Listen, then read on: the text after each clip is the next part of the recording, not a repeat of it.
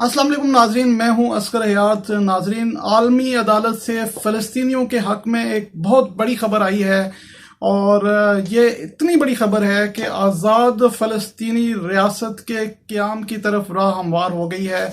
और ये इतनी बड़ी डेवलपमेंट है कि इसराइल के पास जब ये ख़बर पहुंची है, जब ये इसराइल में ये ख़बर पहुंची है, तो वहाँ पर जो है वो सोग का आलम है, वहाँ पर जो है वो परेशानी का आलम है। और इसराइल का जो गॉडफादर है अमेरिका, वो भी इस डेवलपमेंट को लेकर परेशान है। कहते हैं कि अल्लाह के यहाँ देर है अंधेर नहीं, और जुल्म जो है वो एक हद तक रह सकता है, उसके बाद इसने ख़त्म होना होता है।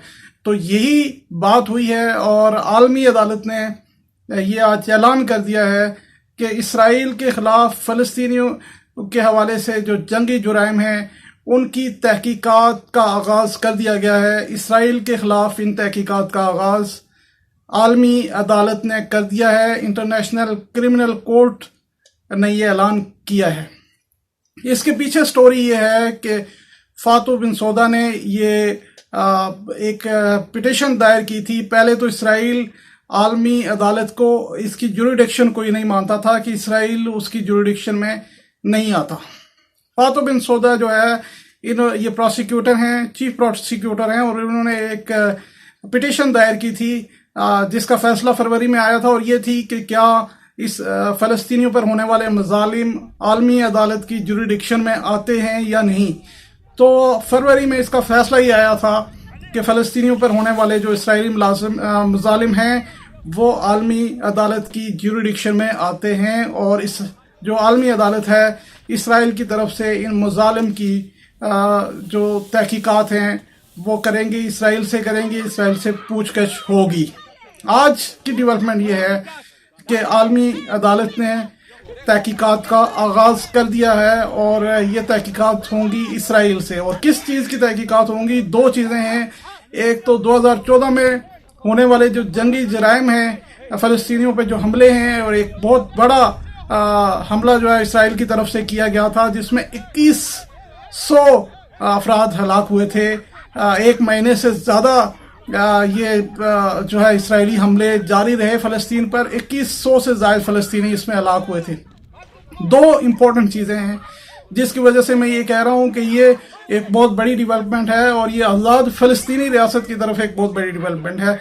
सबसे पहले तो 2014 में होने वाले जो इसराइल ने जो वार क्राइम्स किए थे फ़लस्तीनियों के ख़िलाफ़, उसकी तहकीकात होंगी, और साथ ही गैर कानूनी आबादकारी जो इसराइल की तरफ से हो रही है उसकी तहकीकात जो है वो आलमी अदालत करेगी। और ये ऐलान आज कर दिया गया है, जिसके बाद इसराइल की तरफ से सख्त रद्द-ए-अमल आया।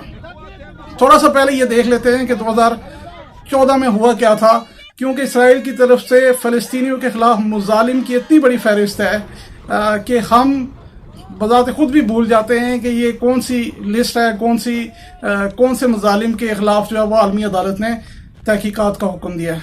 बेसिकली तो 1940 से लेकर अब तक इसराइल फ़लस्तीनियों के इलाकों पर काबिज़ होता चला आया है, और अब फ़लस्तीनियों के पास छोटी सी एक गज़ा की पट्टी और वेस्ट बैंक जो है वो रह गया है, मगरबी किनारा जिसको कहते हैं, ये रह गया है। लेकिन इसराइल अब इस पर भी काबिज़ हो रहा है, और 2014 में इसराइल ने एक मुनज़्ज़म कोशिश की, आबादकारी की, जिसकी फ़लस्तीनियों ने मुज़ाहमत की, जिसके ख़िलाफ़, और फ़लस्तीनी जो है उसके ख़िलाफ़ उठकर खड़े हुए। फ़लस्तीनी इसराइली फ़लस्तीनियों पर टैंक दौड़ाते हैं, और फ़लस्तीनी जो है वो पथराव से उसका जवाब देते हैं। ये सीन कई बार हमने टीवी पे देखे भी हैं। 2014 में ये हुआ कि जब फ़लस्तीनियों ने मुज़ाहमत की तो इसराइल ने उस मुज़ाहमत को कुचलने के लिए बड़े जंगी जुराइम किए, और उन जुराइम में सबसे बड़े जुराइम ये थे कि सिविलियन आबादी को निशाना बनाया गया इसराइली लड़ाका तैयारों की तरफ से, आम शहरियों को हलाक किया गया। 2100 से ज़ायद अफराद जो है वो हलाक हुए, जिसमें हॉस्पिटल्स पे बमबारी की गई, बच्चों को मारा गया, ख़वातीन पे बमबारी की गई, सिविलियन आबादी को निशाना बनाया गया। फ़लस्तीनियों ने भी जवाबी हमले किए, जिसमें तकरीबन जो उनके पास था रॉकेट लॉन्चर था, कोई चीज़ थी, 60 इसराइली फ़ौजी हलाक हुए थे। और इसके ख़िलाफ़ इसराइल पर बहुत ज़्यादा दबाव था कि इसकी तहकीकात होनी चाहिए। इसराइल ने 2014 में اس کی تحقیقات کے حوالے سے خود اعلان کیا، کیونکہ عالمی سطح پر دباؤ جب بڑھا تو خود اسرائیل نے اعلان کیا کہ اس کی تحقیقات اسرائیل کر رہا ہے، اسرائیل اس کی تحقیقات کرے گا. لیکن اس اعلان کے بعد ابھی تک نہ اس کی تحقیقات ہوئی اور نہ کوئی رپورٹ سامنے آئی.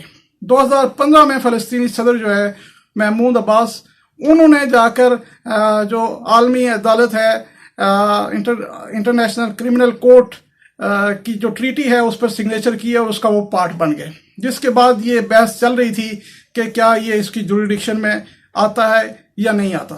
اب سوال یہ ہے کہ یہ کیسے ڈیولپمنٹ ہے کہ جو آزاد فلسطینی ریاست کی طرف ڈیولپمنٹ ہے، اور یہ کیسی ڈیولپمنٹ ہے جس سے اسرائیل اتنا بکھلایا ہوا ہے.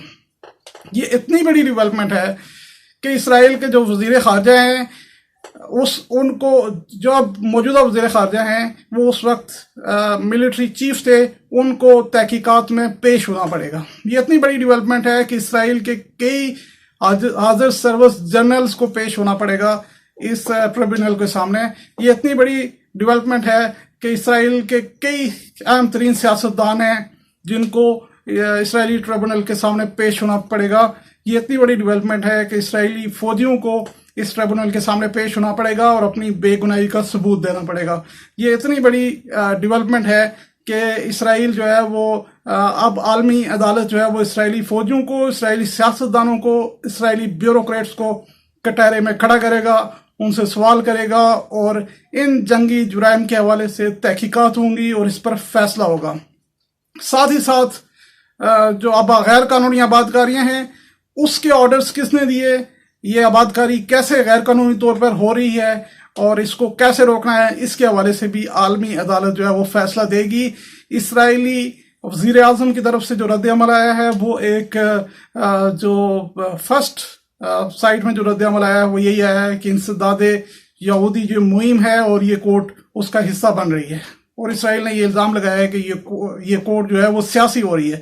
اب سیاسی کیسے ہو رہی ہے کہ تمام وسائل جو ہے وہ اسرائیل کے پاس ہیں، تمام پاورز جو ہیں وہ اسرائیل اور امریکہ کے پاس ہیں اور ان کے اتحادیوں کے پاس ہیں، اور فلسطینیوں کو کچلا جا رہا ہے. تو یہ اللہ کی طرف سے ایک لاٹھی پڑی ہے اور یہ ایک ایسی آواز ہے، ایک ایسا ایک فیصلہ اور ایک ایسی آواز آئی ہے اور ایک ایسا عمل شروع ہوا ہے جس کے بعد یقیناً جنگی جرائم بھی اسرائیل جو ہے وہ ان سے باز آئے گا، اور غیر قانونی جو آباد کاریاں ہیں ان کا سلسلہ بھی رک جائے گا اور ایک لائن ڈرا ہو جائے گی جس کے بعد آزاد فلسطینی ریاست کی طرف راہ ہموار ہوگی.